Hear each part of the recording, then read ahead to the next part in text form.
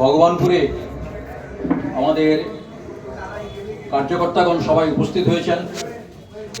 এখানে উপস্থিত আছে আমাদের দিলীপ ভাই, দিলীপ পণ্ডিত।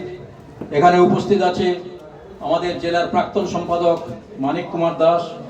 এখানে উপস্থিত আছে প্রাক্তন মণ্ডল সভাপতি রামকৃষ্ণ মান্না। এখানে উপস্থিত আছে প্রাক্তন মহিলা মোর্চার সদস্য অসীমা, এবং এখানে সামনে উপস্থিত আছে আমাদের ফিশার সেলের জেলার জেনারেল সেক্রেটারি দেবাঞ্জন দেব, এবং মূল উদ্যোক্তা যার উপর ছিল হচ্ছে রাজু সেনাপতি। আর আপনারা যারা পুরনো দিনের যোদ্ধা, বহু সময় ভারতীয় জনতা পার্টির কাজকর্ম করেছেন এবং দলকে আজকে এই জায়গায় এগিয়ে নিয়ে এসছেন, আমরা মনে করি যে দল আজকে আপনাদের জন্যই আজকে এই জায়গাটায় আসতে পেরেছে।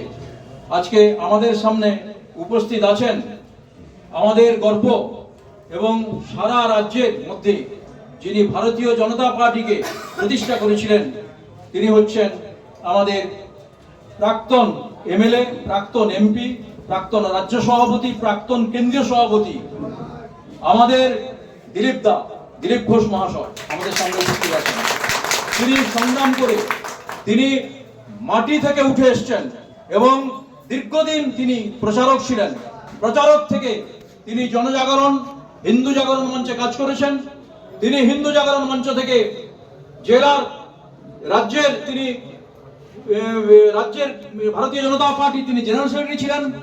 এবং শুনলে আশ্চর্য হবেন, তিনি যখন সভাপতি হলেন তখন আমি, দিলীপ দা এবং আরো অনেক কার্যকর্তাগণ আমরা তখন তমলুকে আমরা মিটিং করছি, আমাদের ওখানে সভা ছিল, আমাদের মিছিল যাচ্ছিল।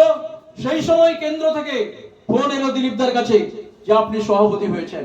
সেদিনও আমরা দিলীপদার সাথে ছিলাম, আজও আমরা সবাই দিলীপদার সাথে আছি। আমরা মনে করি যারা রাষ্ট্রগর্ব যোদ্ধা, যারা রাষ্ট্রভক্তি, যারা জাতীয়তাবাদী যোদ্ধা, তারা প্রত্যেকেই আমরা দিলীপদার সাথে আছি।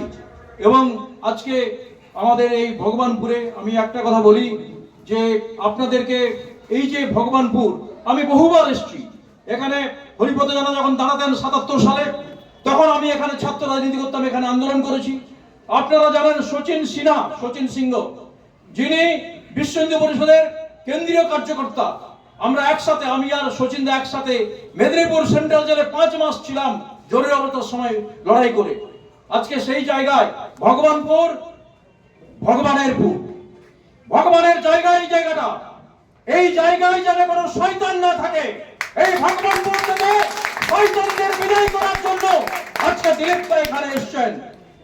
আপনাদেরকে আবার পুনরায় আমি সশব্দ শুভেচ্ছা নমস্কার জানিয়ে আমি দিলীপদার হাতেই আমি মাইক্রোফোন তুলে দিলাম।